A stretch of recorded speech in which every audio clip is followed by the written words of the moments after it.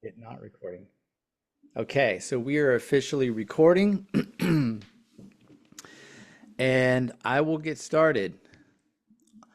All right, I'm delighted to have Joshua Ohl from Costar on the podcast today. And Joshua is the Senior Director of Market Analytics. I always enjoy Josh's market updates because I know they're from the numbers and he focuses on researching the numbers. Of course, being with CoStar, he has all of that data in hand. The last market update I attended with Josh looks like it was back in May, right, Josh? You did a market update for the overall market in general in San Diego County? Yeah, that was about a month ago. That's right. Perfect, perfect. Well, we've been trying to do this for about a year. I'm glad we were finally able to sit down, especially, we're mid-year 2024. We have a good chunk of the year completed.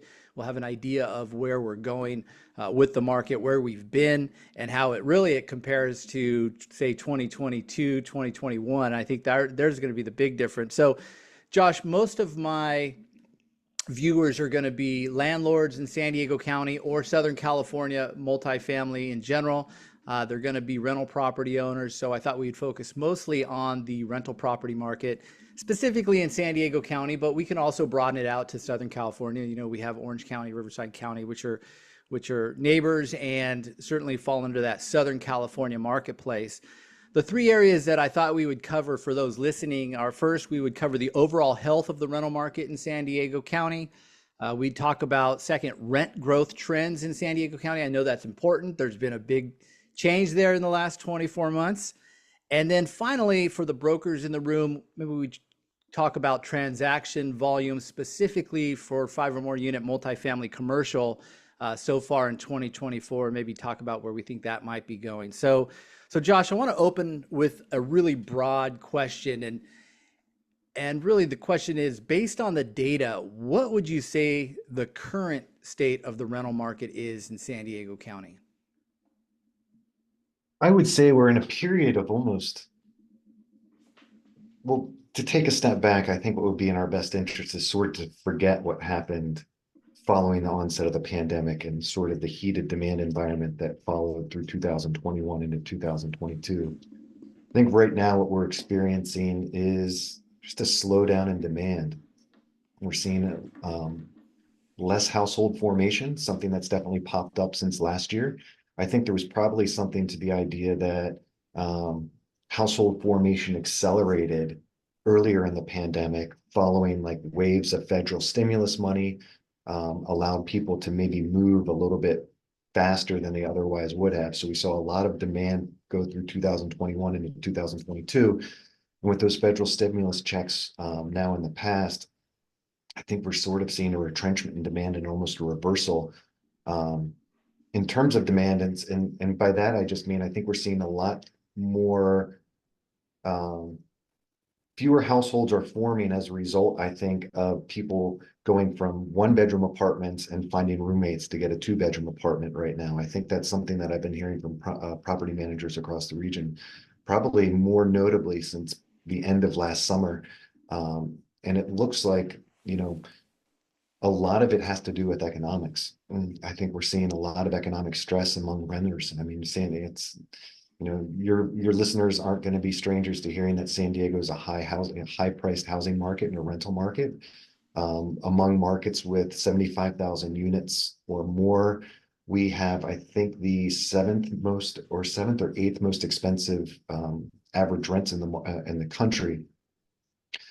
And when you add in just inflation that continues to run, I think San Diego, we haven't seen our number for May yet, but it's still running a little hot. It's coming off several years of very overheated inflation. We also run into higher credit card debt and household debts also rising. And where average rents are moving to, I think we're just seeing a lot of households sort of starting to push back on where rent levels are right now. And that's sort of inhibiting household formation and demand. And it's sort of seeing and it's also, when we look at demographic trends, we're seeing, last year census data showed San Diego's population fell, and that's the first time in about 30 years, aside from the initial stage of the pandemic when people left San Diego a little bit. but that's certainly something that's noteworthy. And I think when you even look at our long-term population growth trends, even Sandag, who puts out their 25 or 30-year forecasts, has dialed back their population growth estimates for San Diego as well.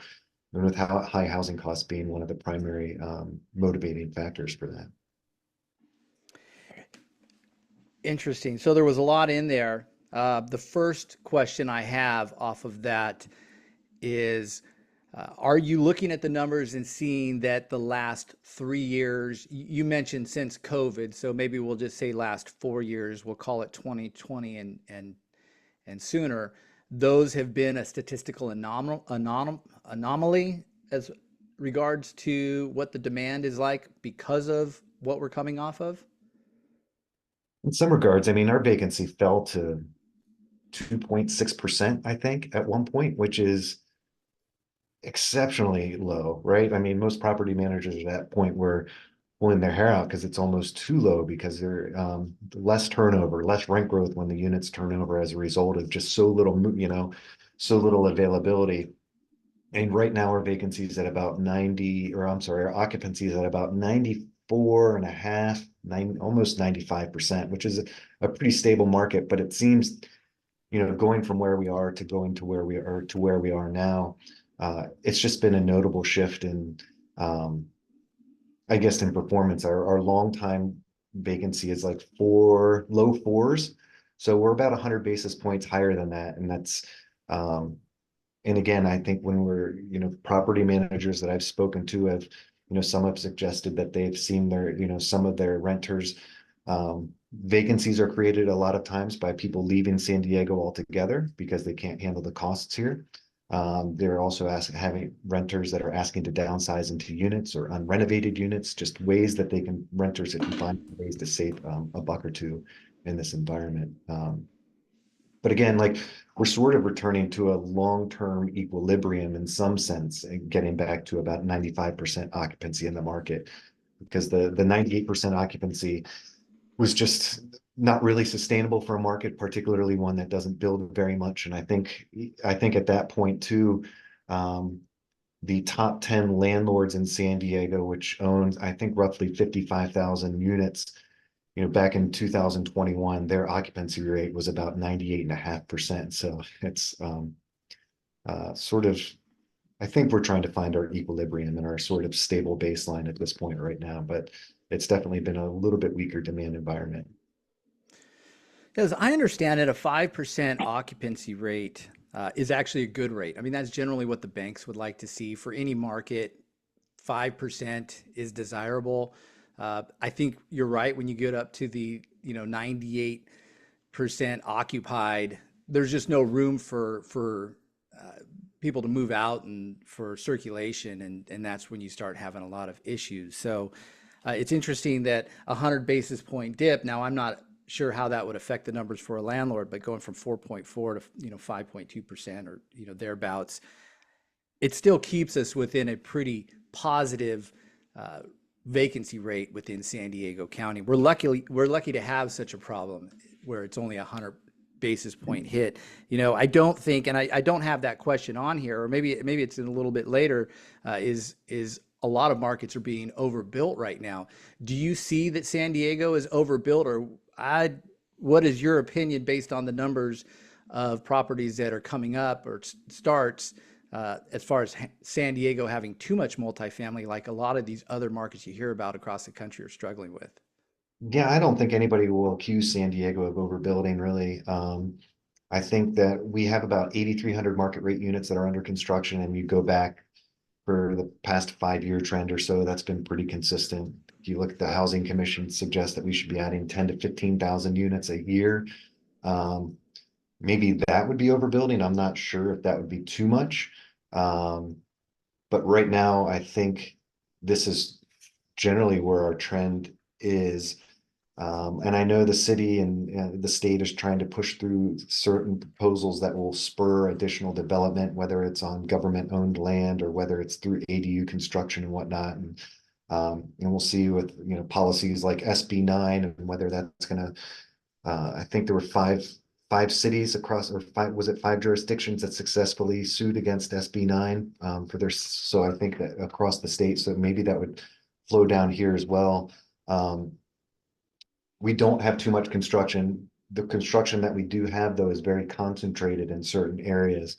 And I think one of the primary reasons is it's just very expensive to build here. So, when you're charging $3,500 a month in rent for 1-bedroom apartments, there's only certain pockets of the region that can probably sustain those rent levels for new apartments. And that's why we see it concentrated, down here in Central County or in downtown Mission Valley, along the South I-15 corridor through Mira Mesa and Rancho Penasquitos and Carmel Mountain and those areas as well.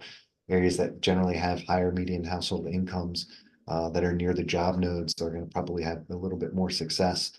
Even so, with the decoupling of demand between office using space and multifamily demand that we've seen over the past couple years, I feel like those are the areas where construction is pretty strong and you can get those rents generally speaking, but you sometimes do have to offer some decent concession packages to get those rents. You mentioned CPI. Is our CPI in San Diego about 3.3% right now, as of last? Let's see, we publish ours every 2 months. I think ours was 3.4 in March. I don't think the number for May has been released yet. Um, so I think that's where we are, right? Probably right around 3.5 or so. Okay, I get asked quite often because everybody's trying to maneuver around AB 1482 and they think it's 10%. It's not 10%. It's CPI plus 5%. So that would put us at max rent increases for San Diego at 8.4% roughly. For those that are listening, you mentioned that surprisingly, you mentioned that demand is dropping. I would have assumed that the demand would be becoming greater, especially since we have a lot of new folks coming into the market. Do we have as many folks moving out of the market in your research as we have coming into the market? Are we at a net negative as far as immigration to San Diego? Yeah, our net migration has been, our migratory trends are generally driven by migration. We have international migration that actually picked up this year compared to last year, but we also had negative out migration, which drove the population losses. Births over deaths. We had more births than deaths, but still it probably wasn't as high as where we were pre-pandemic. So the migratory trends, I think, is what we're seeing more of those middle income households leaving San Diego, maybe family sized households. And what we're getting more that are coming in, I think, are these smaller 1 and 2 person households that have much higher household incomes than before. So yes, they can afford some of these new apartments in terms of the demographics that are moving in, but I think some of the middle of the market is just starting to get a little bit squeezed out based on where prices are right now. Yeah, that would definitely make sense. So that was going to be my next question is jobs.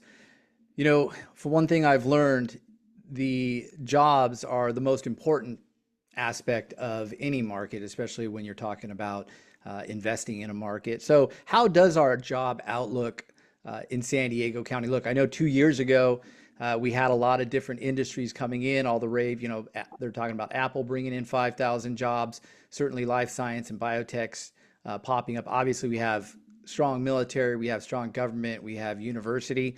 How is the job market as a whole in 2024 compared to how it's been in the last couple of years?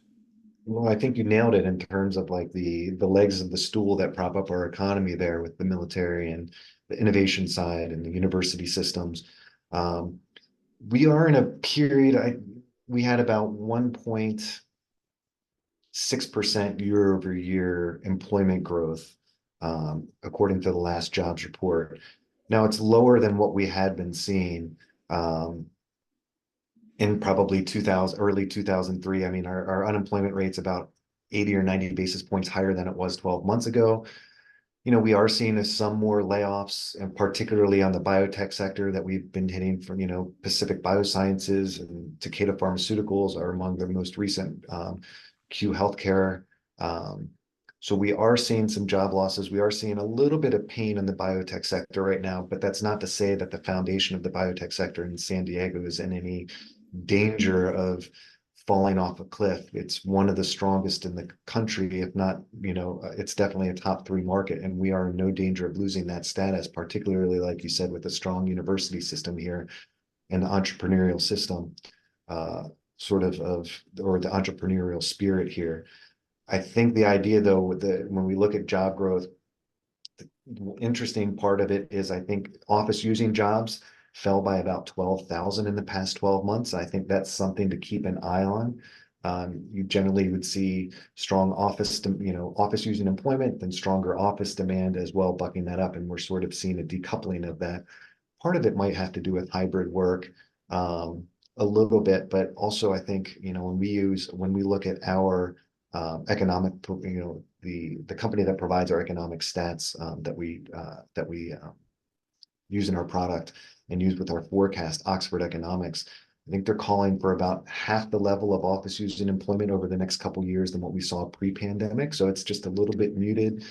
But I mean, it's still a pretty tight labor market when you have a low 4% unemployment rate at the same time. So we do have certain advantages. And I think if you look back through history and certain um, economic cycles or downturns, you see that San Diego has been relatively resilient because the military and the defense spending is no danger of leaving the San Diego region. And that's another thing that's going to certainly buck up the local economy. So true. We love seeing those aircraft carriers pull into port, especially when they plan to stay here long term for maintenance. I track the numbers on a weekly basis, and I've seen that our unemployment rate really it creeped up a little bit, say 3 months ago, but it's back down to 4.1% most recently for the region.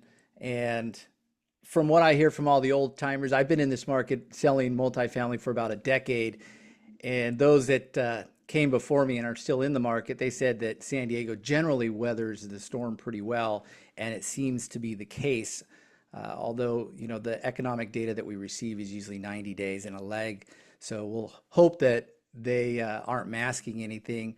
Uh, and that'll bring me to the big question, which is something that you and I kind of talked about at your update in May, rent growth trends.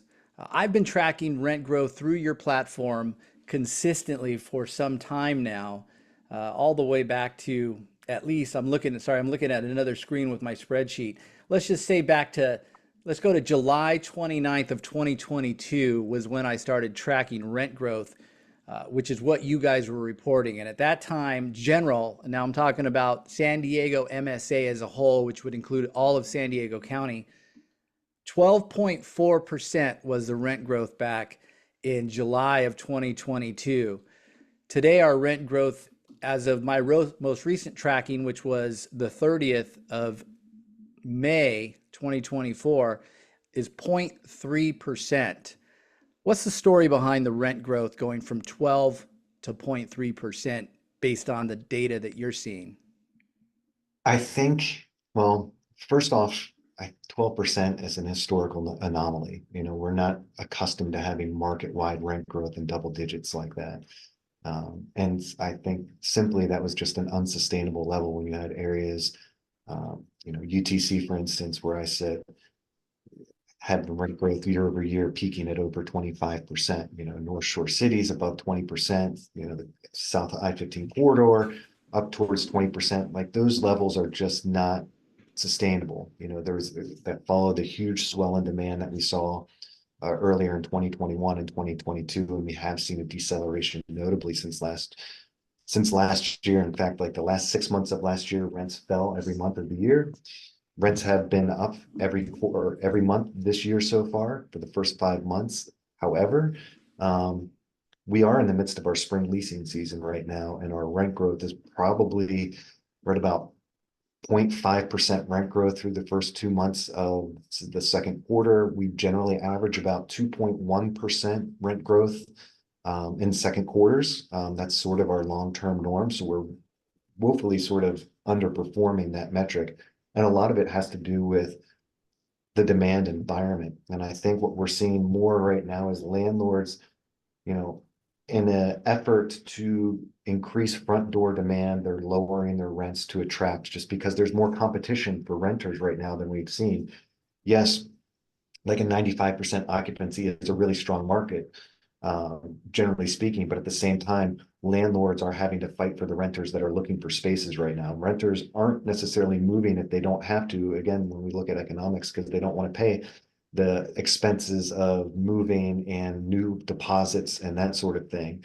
So landlords that I've spoken to are, you can sit on an empty unit and wait for somebody to come and pay that high price, or you can lower that price and lease it at a much quicker pace.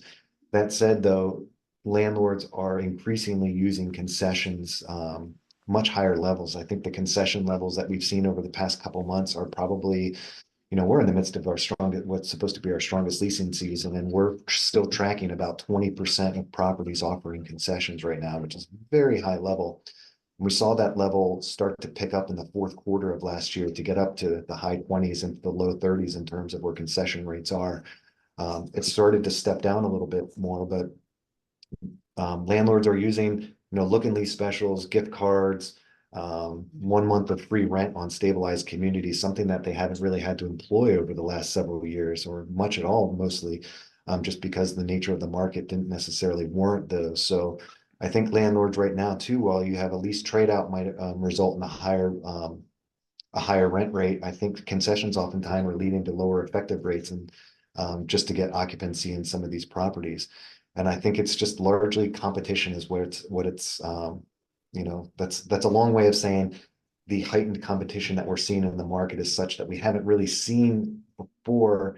It wasn't too long ago where, you know, landlords, when they'd have an opening, could send a text to, 30 different interested parties, and they'd have, you know, 20 different applications on their doorstep in the next 10 minutes. The long lines when properties would open and we'd have a long line of applicants waiting to lease available spaces, those lines have largely disappeared. They're leasing, it's just not necessarily the heated environment that we had been seeing. Yeah, that makes sense. Do you think this might be also a lag effect because things did get so elevated 2021, 22, that now things are just cooling off and the numbers are directly reflecting that? I think the market's normalizing. Yes, we are in a period of a little bit weaker demand right now, but the market's just, I think it's a natural normalization of the market from where we were. I mean, when you look at rent growth, UTC, when it had 25% rent growth at one point in 2022, rents fell, I think, over 5.5 or 6% in the last 6 months of last year. They're up now, they're starting to go up again here.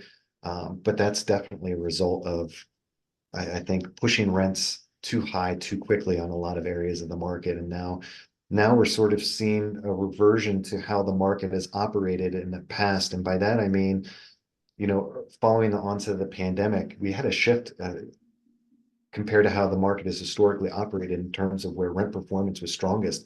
Yeah, you have your highest rent levels near your coastal nodes and, your employment nodes and along the coast. Your highest rents are there, but we generally would see lower average rent growth in those areas. And following the onset of the pandemic, those areas were the ones, those high cost areas were the ones that led the market in rent growth. And right now, what we're seeing is, the areas in North County, East County, South County, which typically would, when you stack rank areas of the region, in terms of performance, you would see those at the top and having the strongest rent growth. And now we're seeing a return to that. That being said, we're still seeing rent growth in all these areas, whether it's El Cajon or Chula Vista or up in, Poway. Their rent growth is all underperforming their long-term benchmarks in terms of performance. Even though they are leading the market, they're leading the market still under their historical averages in terms of performance. Yeah, interesting that you mentioned that because I'm looking at my numbers right now, and yeah, those areas are leading the charge as far as the highest, but they're still uh, almost sub 2%, with the exception of the North I-15 corridor, which is at 2.4% right now. So are you saying statistically or historically that that all the markets are underperforming? I guess my question is, what is the historic number for San Diego County in general for rent growth that we The hover long-term around? norm is about 3.4, 3.5 right 3.4. there. Okay. And we'll get there. I mean, I think we'll get through this year, and when we look at our forecast, we probably will get back to that level, at some point next year. Um, you know, but we also have to take into account, we're looking at year over year rent growth. We're going to start running into larger monthly losses through the end of last year that are going to weigh on rent performance this year. So even if we can see rents start improving in terms of on a month over month basis, we're still going to probably have our annual figure held back by just the weight of the second half of last year. And that's why when we look at probably 2025, the second half of 2025 is when we might expect to get back to the neighborhood of the long-term norm here.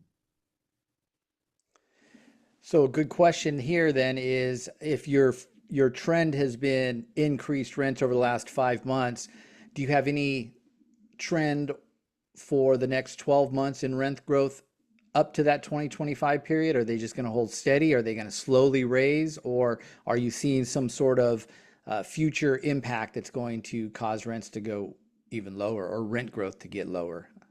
I would imagine we'll probably see rents on a month over month basis, probably for the next several, just incrementally improve, marginally bump up month over month. Nothing terribly a wow factor, if you will. But again, we'll have to figure out where that velocity is, because once we start getting around September is usually when, historically we'd start to see rent growth even in the healthy markets start to slow down a little bit and flatten out a little bit through I think fourth quarter is only average like 0.2 or 0.3% rent growth for the long-term norm here. So by year end, we're probably looking at somewhere in the neighborhood of two-ish. I think we'd probably have a year over year number of around two by the end of this year, and then probably slowly increasing off of that level through 2025. So a year from now, by mid 2025, we're probably looking at two and a half, somewhere there, maybe closer to three.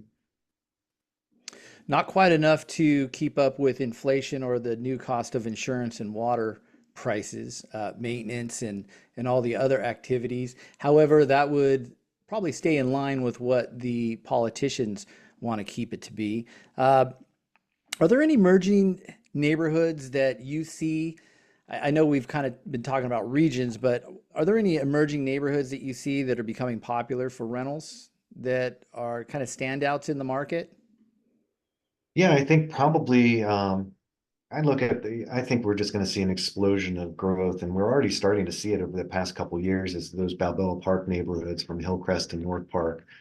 I think that pocket is ripe for continued development. The city certainly seems intent on bringing some significant development to some of those neighborhood corridors there.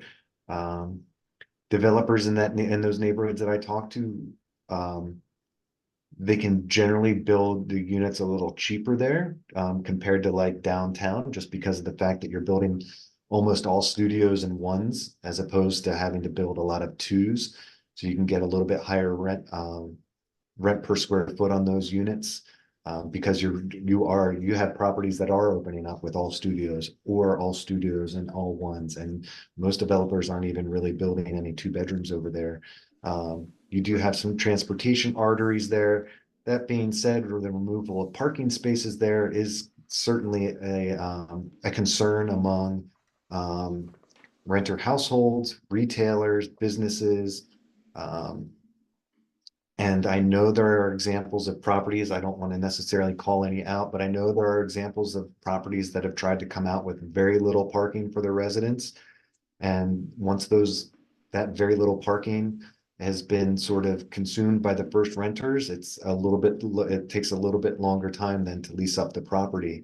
When we are still a car-centric market, and I don't think no matter where you live, with the exception of maybe like a little Italy or something, um, where you could necessarily forego a car completely in San Diego. I mean, you can go from downtown to Mission Valley and you can get up to UTC now, but you really can't get to Kearny Mesa. You can't get to Sorrento Mesa, some of our primary job nodes either. Wow, I wish the politicians would get that because I avoid Little Italy unless I have a listing there because there's no place to park. You can't go down there and do anything. And everybody drives their cars. I know they want everybody to ride bicycles around, but even with the new lanes, they're just not doing it.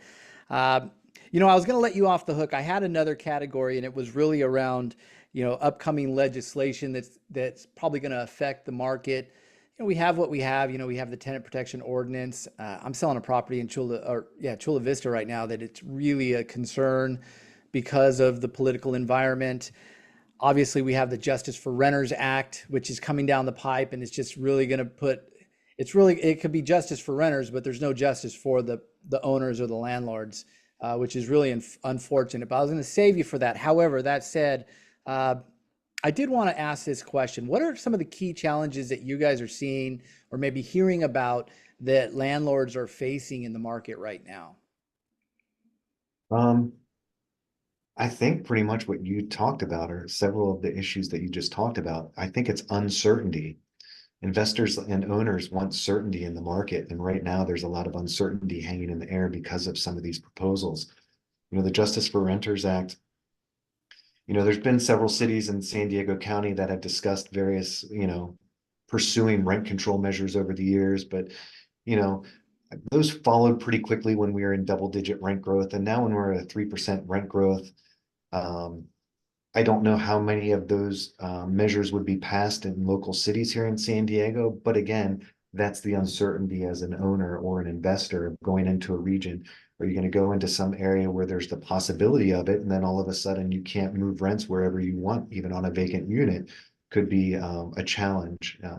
So I think uncertainty with some of these proposals is one of the driving factors of if there's any sort of hesitation in the market from investors, or it's certainly that. Yeah, I'd say you're right there. The uncertainty is what really is causing everybody the concern. I would say the number two issue that owners are facing are the insurance uncertainties. The state hasn't figured out that problem. I'm getting a call a week from an owner saying, "Help, my insurance company has just canceled me and I need to find replacement insurance." And the insurance agents that I'm sending them to are throwing up their hands saying, it's very difficult. There's not much out there. And if you do find coverage is probably going to be a premium of 3 to 4 times what you're currently paying. So, there's uncertainty in a lot of areas of the market, and being on the ground talking to these owners the day by day basis, they are really concerned about these legislative issues. They are really concerned about the insurance issues.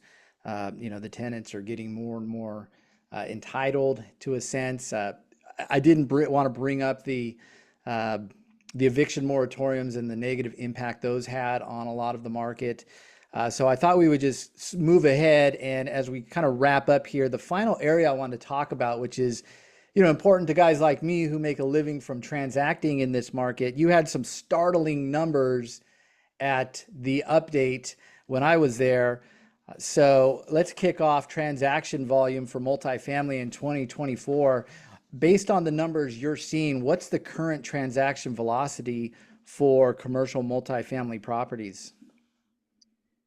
So we're coming in, the first quarter, for instance, fell by about 20% compared to the fourth quarter in terms of deal flow. And that first quarter flow was the lowest level that we've seen since the Great Recession. So definitely a long time since we've seen the lack of trading here in the region.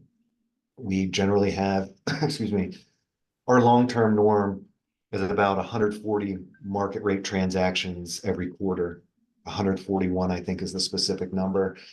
And in the first quarter, we were about 100 short of that number. I think when we talk about uncertainty, it's also the difficulty in debt. We are in a market where properties are still selling at 4% interest rates, and debt is much higher than that right now. The difficulty in no fault evictions, again, also makes it a little bit more costly and difficult for investors to go in and renovate properties. The cash for keys that have been done in the past isn't really as easy to do as it once was.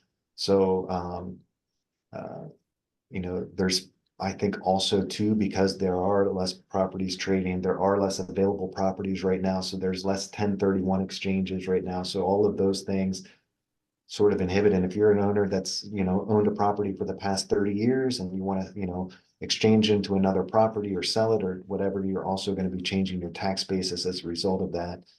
And the difficulty of possibly finding a property to exchange into. And I've talked to some investors that you still have, sellers that are just going to say, you know what, this is still worth X when, maybe it was worth X 2 years ago, but right now we're in a little bit different environment. Like you mentioned, insurance costs, but inflation has hit sort of all of those expense categories from owners, right? From maintenance and payrolls and administration to landscaping and all of those issues too have all of those expenses have all gone up too as a result of inflation. So the market is just a little bit more it's just a little bit more difficult to navigate. There's definitely a little bit more pricing discovery right now.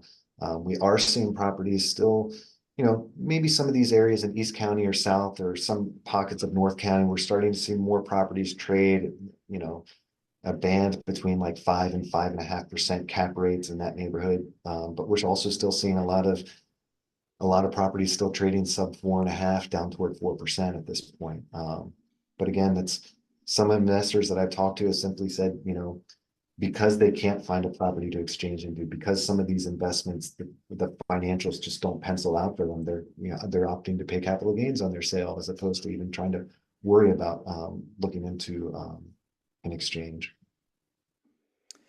Yeah, interesting that you look at the 5 or more unit multifamily market and compare it to, say, the single family market. And that's kind of one of the benefits I have with Keller Williams. I'm able to kind of straddle the fence of both the single family residential up to the commercial multifamily. And it's having the opposite effect on the single family. Single family has reached a median price right now of 1.1 million, which is actually an increase over the last year, which is incredible. It's almost as if what the Fed tried to do with the single family market, it's been successful with the multifamily market. We have seen cap rates drifting up. I mean, I've been selling in this market for a decade, and very rarely, other than the first maybe 3 or 4 years of my career here, did we see a 5% cap rate. I mean, it's been all compressed capitalization rates for the last 7 years, as you know. I have noticed a trend though in the last probably 30 days. I have seen a lot more listings come on the market, and I noticed that we've picked up a couple new listings. I have seen the average days on market go all over the place. It was kind of hovering at 50%, and then it bounced way up to a couple hundred days on market. It's trending right around 90 days on market. So it seems like the effect of the interest rates, the cost of capital, is likely affecting the multifamily commercial market the way it's supposed to be, I guess, the way the Fed probably intended it to be, to cool it off and to cause prices to come down a little bit. We have seen that. Unfortunately, for the sellers, they may still be living in 2022, of course, and the buyers are looking forward to 2024 and 2025. And our job as brokers is to try to get them to see eye to eye. So we'll hope that we'll get there. But yeah, as you mentioned, I think somebody recently said that there's been 70% less transactions in this year than in maybe 2022. And I certainly see it in my numbers and other brokers I talk to. So definitely the market transaction velocity has cooled quite a bit. I guess the hope is that at some point the equilibrium, like you mentioned earlier, hits and we start getting buyers and sellers to talk to each other again.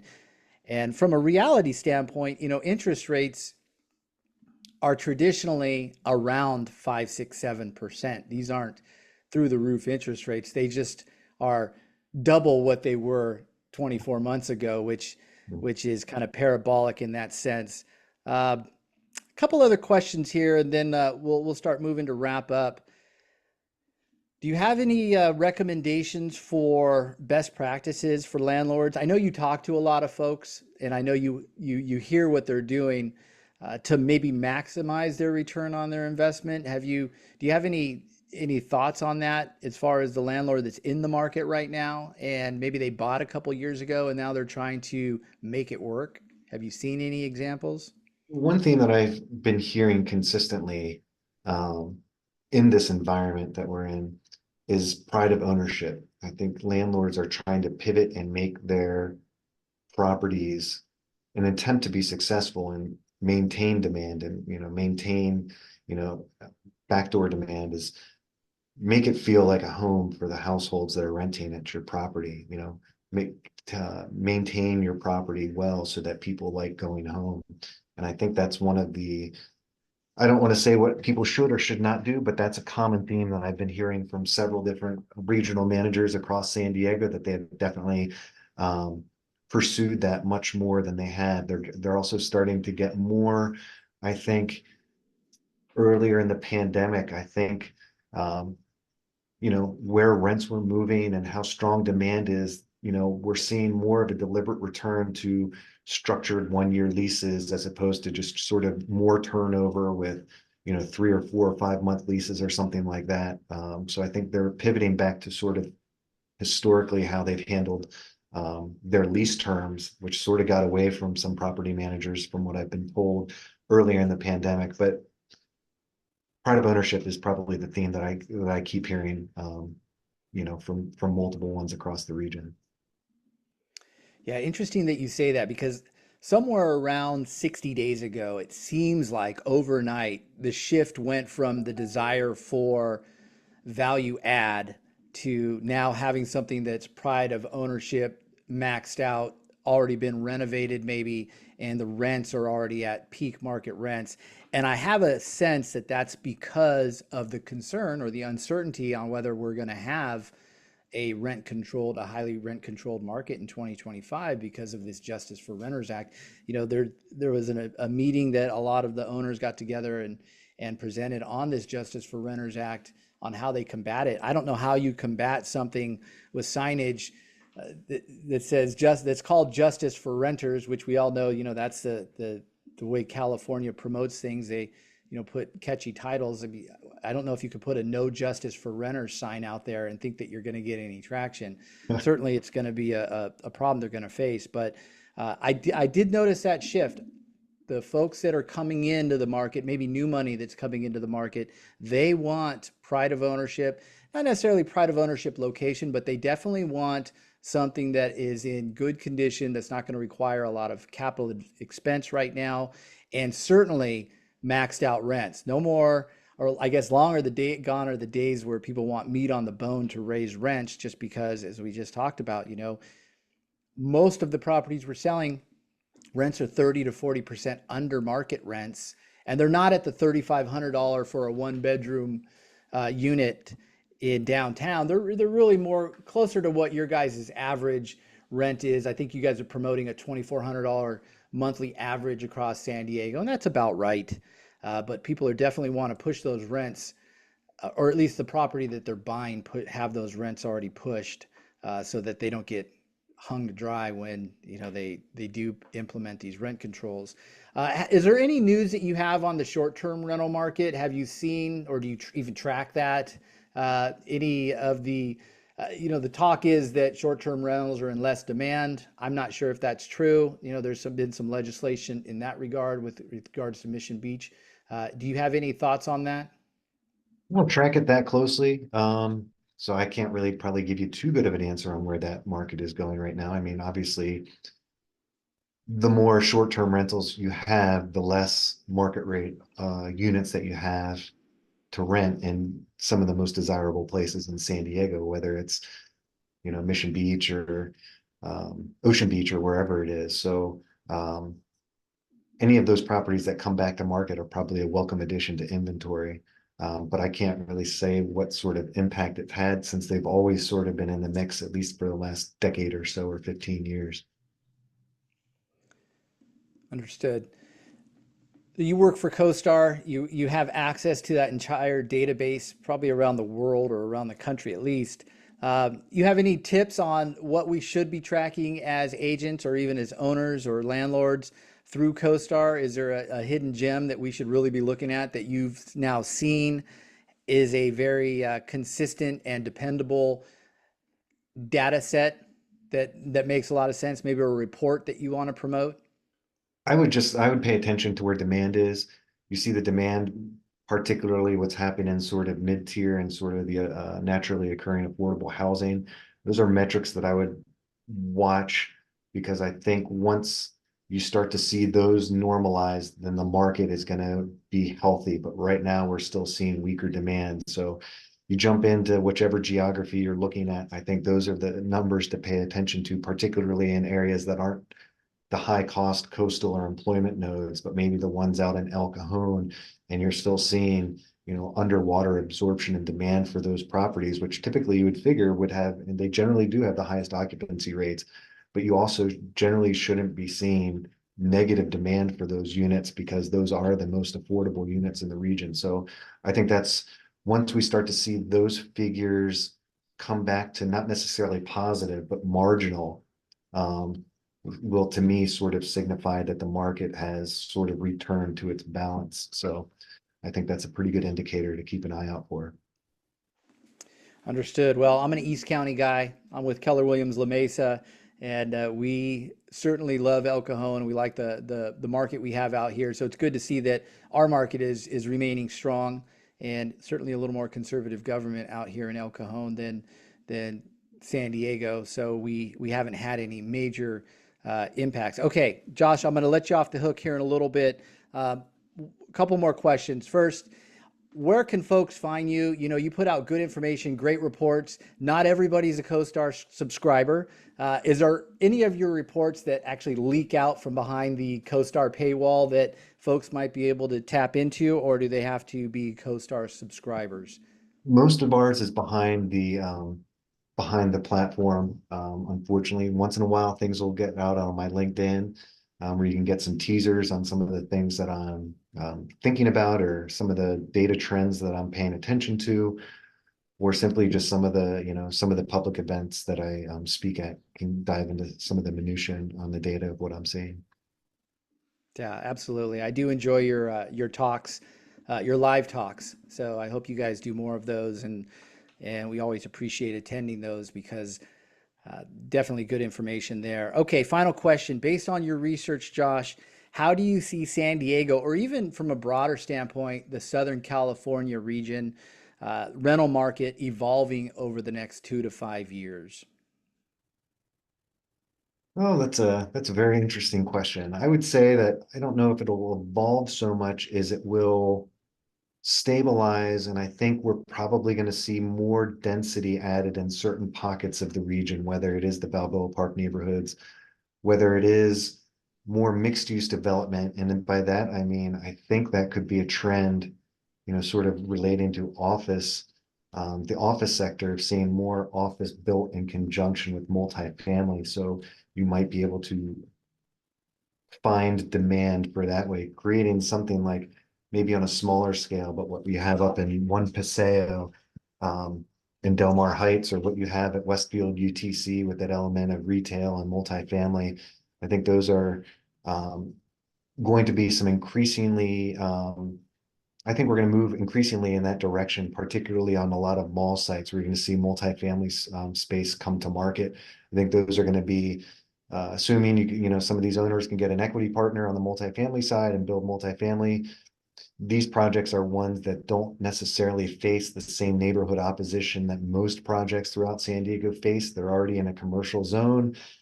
You already have consumers moving in and out of these retail centers. So whether it's retailer, or whether it's consumers, or whether it's renters, it probably doesn't matter very much if you're local there. So I would anticipate that we might see more development moving in that direction so I guess maybe that's what I would say. If we are going to evolve, I think we're going to see more development um, moving toward the retail zones than we have seen in the past, whether it's on the blue line extent, the trolley blue line, the extension up there, through Bay Park and the Marina corridor, if we'll see more multifamily development there, which I think we might. But the city seems very interested in increasing density as much as we can. So I think those are very easy ways to do it. And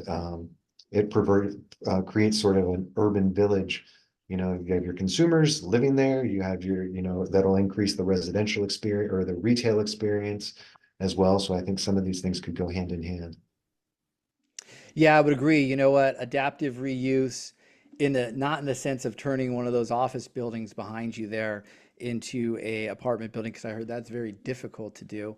But shopping malls, a lot of the sports center in Point Loma, Mission Valley, there's just a lot of space down there where they could really do some creative design and make it a good mixed use facility, because that's so much better when it's mixed use. You know, Hillcrest is doing a good job of that, you know, right when you get off the freeway there. So, well, Josh, I appreciate your time. It's always insightful, my friend. I do look forward to the next live market update through CoStar. And hopefully we can do this again, maybe down the road, another 6 months, and see how the market played out. All right. Thank you very much for inviting me, Doug. This has been great. I appreciate it. Thank you. Absolutely, man. Thank you so much. Have a great day. And thank you, everybody. We'll talk soon. All right. I hit the stop button.